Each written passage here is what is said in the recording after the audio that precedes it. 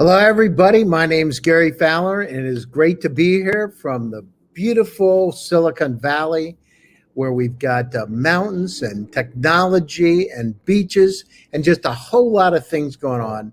And it's with great pleasure today that I have a chance to bring on an incredible guest, Bowie Lau. And again, my name is Gary Fowler. I'm the CEO, president, and co-founder of GSD Venture Studios, a premier AI and quantum venture studio located in Silicon Valley. Our idea is that intellectual capacity is evenly spread around the world, but opportunities aren't.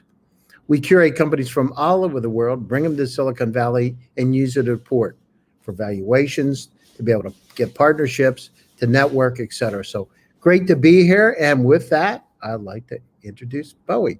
Hi, Bowie. How are you today? I'm doing well, Gary. How are you?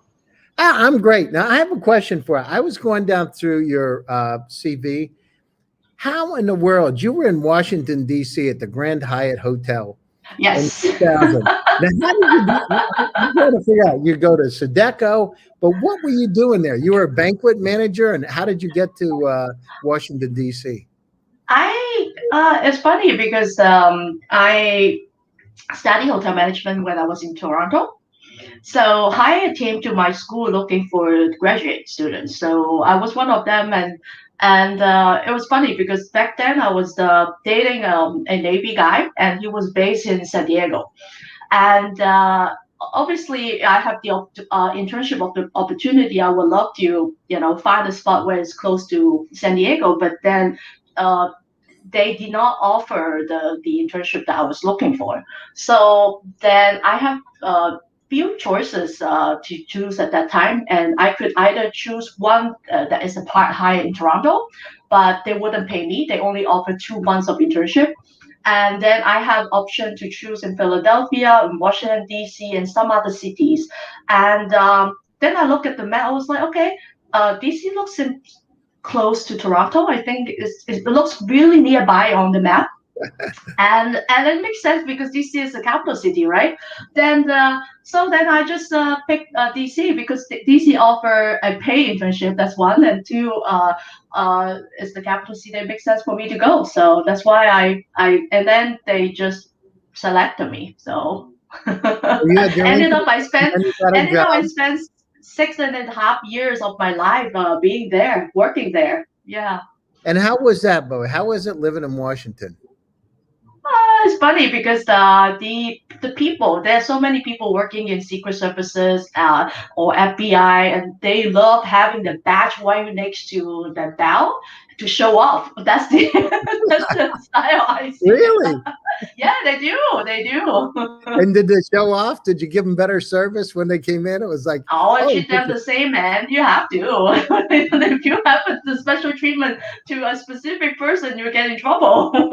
wow, that's great. And so you did that for how many years? 6.5 years of my life.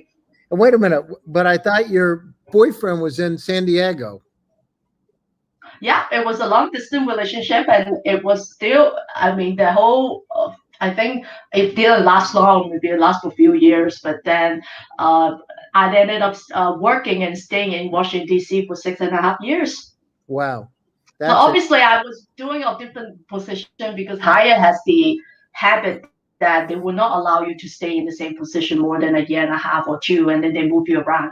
So then I got the opportunity working in so many different food and beverage outlet, starting from room service, cafe, sport bar, a cigar bar, fine dining restaurant, and banquet. So I try everything. This was all in the Hyatt Hotel? You were in a cigar bar? Yes, they did. They did. They used to have a cigar bar. Yes. Wow, that's incredible. And then I learned the way how to light it up because you're supposed to keep the cigar and blow the air inside to light up the cigar. So. Oh my God. Yes, I pick up that skill as well. A few things. I don't know that much about it. I've only smoked a few cigars. Yeah. Wow, that's amazing. Okay, so then you went to Sudeco. You came back over to Hong Kong. Were you originally from Hong Kong, or were you from originally? I was born, yeah. So I can give you a little bit background of my journey, I guess. So it's like a classic underdog story. I was born in Hong Kong and have my humble origins with a strictly middle class upbringing. And when I was young, so in the late 90s, my family relocated to Canada, an experience that I'm always thankful for. As I learned a lot, the firsthand, the best of the what Western and the Eastern cultures have to offer. And it allowed me to form my views of what was good and bad. So I think while you're talking to me, you pretty much know that I'm a very outspoken person. And and a bit of rebel in some way when it comes to racial or gender discrimination. So this character trait helped give me the confidence in being a woman who can achieve anything despite a male-dominated world. So, and then as you know, I studied hotel management when I was in Toronto and subsequently, and I work in Grand Hyatt in Washington D.C. So in this, hardcore service industry, I have a biggest learning, which was life is unfair. You just have to suck it up and deal with it. So, and but I learned to be humble and a people pleaser and a people manager that learned the dark meaning of customer is king. Especially in the hospitality industry, you got to suck it up. So, but then at the same time, I deal with a lot of I guess unruly, unpleasant, or unreasonable customers. But the thing is, within the industry, I also met a lot of good and humble people. This is I'm very thankful. Then subsequently, during the financial crisis, I moved back to Hong Kong in 2009. Then I started to work at Sodexo, a French catering company. I also worked because they have all different contract with different crop breaks. So I worked in HSBC for 7 months, and subsequently I have 8 years of my life working in JP Morgan. So Okay, also so how did you overseeing go the from old. so how did you go from being in hospitality to JP Morgan? Oh, it is still hospitality related. So they have all these um, executive dining, and they have what they call MD dinings. They have a room actually reserved for MD dinings. I don't know if everyone know about it. Then so I used to work closely with the private banks and organize all these VIP events and special events. That's fantastic. Wow, that's great. And so you came back over. So you were talking about the differences between the Eastern culture and Western. What's a big difference that you've seen? So you've been on all sides of it. So if you look at what's the greatest difference? I think in general, because Asian are more humble. So when it comes to conflict, um, I think Asia, or at least I can speak for my own nationality, which is Chinese. When it comes to conflict, then Chinese or not myself, I wouldn't because I changed already. But people like to apologize and say sorry at the beginning. But even though it might not be Sorry, their fault, before but there's a problem. they just want to say I'm sorry, I didn't mean it, blah blah blah. But the thing is, in Western culture, as long as you apologize or as long as you say sorry, this is entirely your fault. So this is the specific word that you do not say this very easily, and this is something I learned. Really? And so they say sorry before there's a problem? No, when there's a conflict, right? So they Yeah. will easily just be humble and try not to confront with someone. So Really? And that's how about it. I don't know. well That's that's how I that's like feel. being in the hospitality industry. You gotta say Yeah, sorry but when you're would you say sorry to someone easily, Gary? yeah, I mean the thing is you If gotta it's be not humble. may not be your fault, will you say it? Depends on what it is. Exactly. So Listen, Bowie, if it's a police officer, I'm 100%.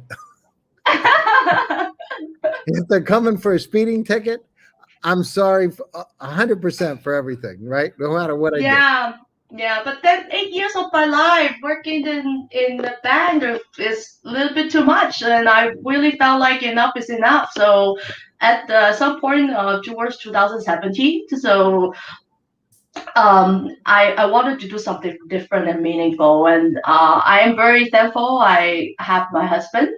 and who trusted me and supported me all the way through, and he gently guided me into a fascinating field of venture capital, fintech, and also blockchain back then. So something I have no clue about and have nothing to do with my previous career. But fast forward 4 years later, here I am actively involved in this field, learning and contributing as I grow into this career. Wow, that's great. Yeah, So this now, I can call a career because before, honestly, it was not a career. When you're working for somebody, when you're employee, just like reach that poor dad's book saying you're not. This is not your career. This theory, I truly believe that. how is it living back in Hong Kong now? How does it feel? In what way? You talking about in COVID or Yeah, or yeah. or what? In terms of, yeah, cultural. How does it feel? You've been in the West. I'm just curious. How does it feel back there? Does it feel normal? And I'm sure COVID had a dramatic impact, like it has all over, right? But It's does it funny feel because when I first came back, people really thought I'm not from there. Even though I lived for 16 years of my life being there, but my Cantonese was horrible because I did not really have all these opportunity to practice. I was speaking English all the time. I also picked up some French when I was in Canada. So it took me some time to pick up the language back. But I'm a very outgoing person. I always maximize any opportunity to practice my language. So, well, Cantonese is my mother tongue though. So Cantonese, and if you ask me, I do miss Canada. I do miss Washington D.C., especially the culture and the people and the weather. Because Hong Kong, it could be quite depressing living because the I think it's one of the highest in terms of cost of living in the world. So you got to you are living in a tiny space. I think majority of us do, unless you are like ultra rich. So for that is it cannot be compared with living in North America. Huh, interesting. And would you ever move back? Yes, absolutely. And I will not. I don't think I will retire and live in Hong Kong for the rest of my life. And ideally, I want. We are working on it, and ideally, I told my husband that I want properties in some of the major different cities, so that in different season we get to move around. That's what I want to do. That's great. And now, is that the same guy from San Diego? No,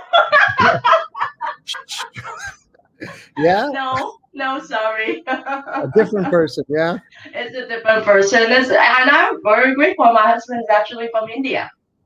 Wow. And so whoever this guy is out there, look who you missed. Bowie. There she is. That's Just the great. timing. Unfortunately, timing didn't work out, so I got the same.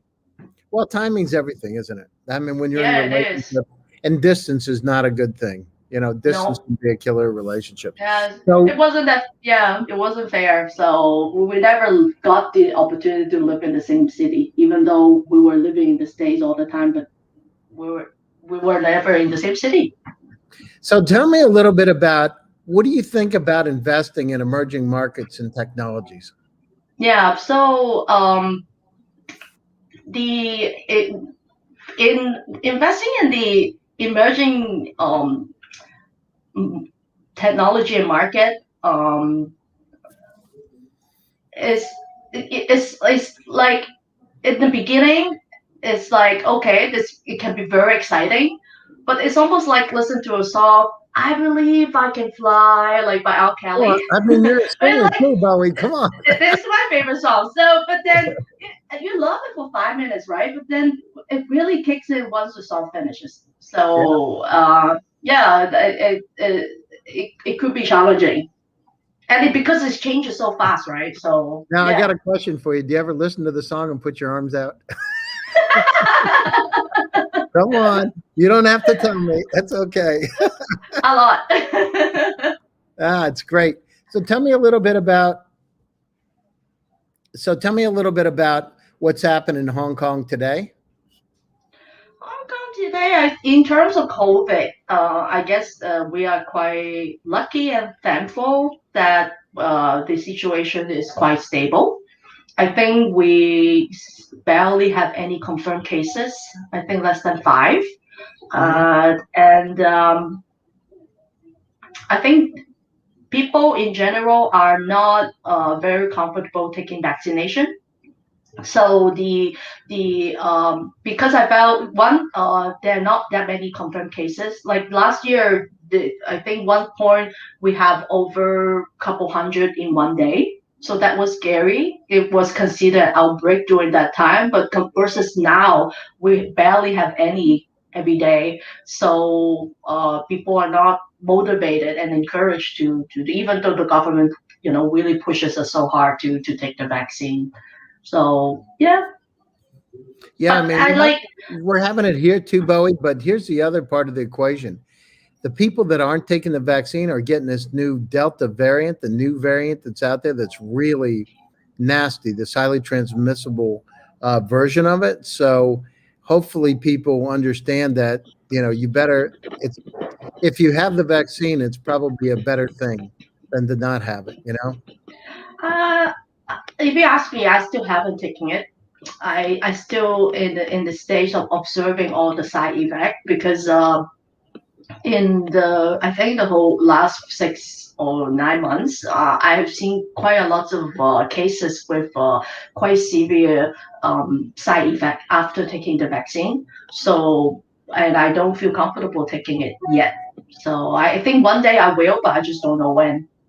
Wow, that's amazing. Yeah, my unfortunately my mother-in-law had got COVID and passed away a few weeks ago, and I I am sorry to hear that. start to really come home when you start to see those kind of things happen, and you start understanding that you know anything's possible. She went to the hospital and got COVID, and so you You know got COVID in the hospital? yeah, when she went to the hospital, she had a heart procedure. Anyhow, I'm really pro after going through it a couple of times with different people, pro the vaccine in all kinds of ways. But anyhow, hopefully, the good news is the world's getting better. The amount of cases are reducing. We're seeing it here in California and Florida, near zero cases. So it's really good. Anyhow, tell me a little bit more about. I know you work with Indian startups. What's the difference between the Indian startups and startups from other Asian countries?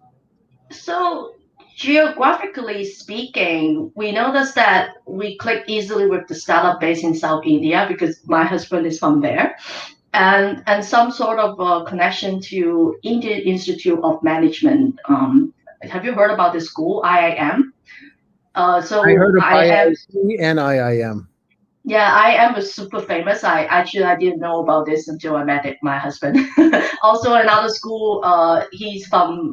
It's called National Institute of Technologies in Tucci. So, in a way, we are mostly connected to startup based in Bangalore, Hyderabad, in Chennai regions. But then we are, of course, working to get more comfortable with the other regions or avenues in India. Yeah. And startups investments are trust-based exercise that run both ways between founders and investors, and confidence, humility, and integrity are also called the chi factor. So chi in Chinese, and this are the one that we look for in founders. So if you borrowing and So adopting tell us the about the chief factor, because but some of the audience may not know. What is the chief factor? Chi is the energy within your body. The vibe, I guess, the vibe that you sense from speaking or interacting with another person. You can feel it. Whether the person is either positive or negative or energetic, you can feel it. That's the vibe. Oh, that's great. Fantastic. So Yeah. so you've got these Indian startups. How do they integrate? Do they come to Hong Kong? Do they come to China? Where do they go? So before the pandemic, I used to follow to my husband to visit India at least twice a year. So I will follow him to go to his schools. He's the person who loves paying forward. I guess he's the one who inspired me to do what I'm doing now. So he would like to go to school and have a lot of sharing session with students. either to talk about the technology trends. For IM, that is a B school, right? So we will meet with the year one student, and maybe 20 of them sit in the room together. He will ask each student, because by that time they already have the internship confirmed. They already knew exactly where they're going for the internship. So he will go one by one and ask, okay, you're going to Goldman Sachs, this is what you're going to expect. JP Morgan, this is what will happen. Morgan Stanley, this is what will happen. Citibank, Bank of America, blah, blah, blah, blah. So my husband is a banker by the day. He's a trader at one of the bank in Hong Kong. But the thing is, I was like, you only work in one bank. How the hell you know so much? But then he just know. He just like, I think his knowledge is just flooding, over flooding. Then I was like, okay, I cannot do what he's doing, but he kind of inspired me to do something else with the same theory of paying forward. So, which is why one of the main focus of what I do is to do a lot of events and organize different conferences in mostly focusing on emerging technology, blockchain, non-fungible token, prop tech, or investment related topic. But through that, they also have IMB and Bangalore also have a really good incubation program called NLS Cell, and in there we met lots of great startup companies. So this is, I think, one of the source that we can find deals on our own as an angel. No, that's great. And how many companies how does it work with your company? So how do you go down through and find the company's number one, and then how do you go down through and support the companies? So if you look at, I know you got Magihold, right? Your company. So Maycho is my own firm, correct? Yep. yep. So tell us a little bit about that. So Maycho is an angel investment firm based out of Hong Kong and also in Singapore. But then it was the outcome of the vision I have with my husband about providing a hand that holds the cradle, steady when a baby, in this scenario is startup, needs a stable environment to grow. So this philosophy is, in a way, the opposite of the hands that rocks the cradle rules the world. We aim to support and inspire startups as angel investors and not dominate them in, like some, but not all of them, the venture capital firms do. So in a nutshell, we have a simple mission of increasing the odds of success for startups in a world that is increasingly becoming difficult for startup to survive and thrive. And then we start investing since 2017, and given our unique sense, making Asia for Asia and beyond, we initially focused on Hong Kong-based and Singapore-based startup. But then subsequently, we started to look at deals last year, and I think this year we already closed 5 deals just in India itself. And how big are the check sizes? Check size got just angel, so usually it's from 25,000 USD to 100,000 USD, depending on the involvement. And there are 5 specific emerging technology that we are focusing and interesting in. One is AI, big data, blockchain, cybersecurity, and Internet of Things. And these are the 5 core technology that we believe will majorly change the world operate in the next 10 to 12, 10 years. But then having said that, we make exceptions for exceptional people and startups.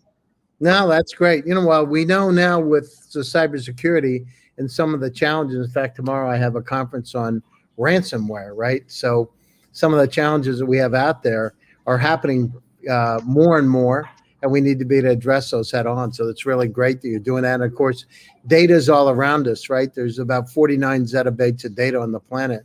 And if you took DVDs and stacked them one on top of another, we'll go back and forth to the moon 35 times. So we are inundated with data. So data is really important, and also artificial intelligence, because there's one thing about getting the data, another thing about understanding what you really have. So it's really Absolutely. Really cool. So we're coming to the top of the hour. So to sum it up, what's going to happen with you over the next year, and also how do people get a hold of you? Yeah, this coming year I have two, I guess, major event that's happening. Perhaps I will invite you to speak as well, Gary. So one of is a game summit that I'm planning at the moment for September, and in Q4 there is another event that I used to do. It's called the Hidden Treasure of India. So last year it was my inaugural event, and I structured it in a way where both investors and startup can meet and learn from each other. So and there's so much hidden treasures there. So in a way, uh, you should be able to find a lot of great startups opportunities to invest or to work with. No, that sounds great. Well, we really look forward to it. And so, how do people get a hold of you? So, the startups, entrepreneurs that are out there, and LinkedIn was the best. LinkedIn. LinkedIn was the best. Okay. Yeah. So, Bowie Lau, LinkedIn. So, it's great. Well, I want to thank you for taking time out of your busy schedule. I really appreciate it, and always look forward to your smile and hearing the stories. You're, right there, and you're the spirit of GSD, which is get shit done. I love it. So, really. Thank you, Gary. So, to my audience out there, thank you again for joining GSD Presents Silicon Valley AI and Tech. My name is Gary Fowler, and I'm your host.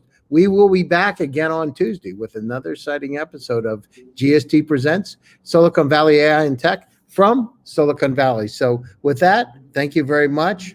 Be safe, be healthy, and be kind. Take care.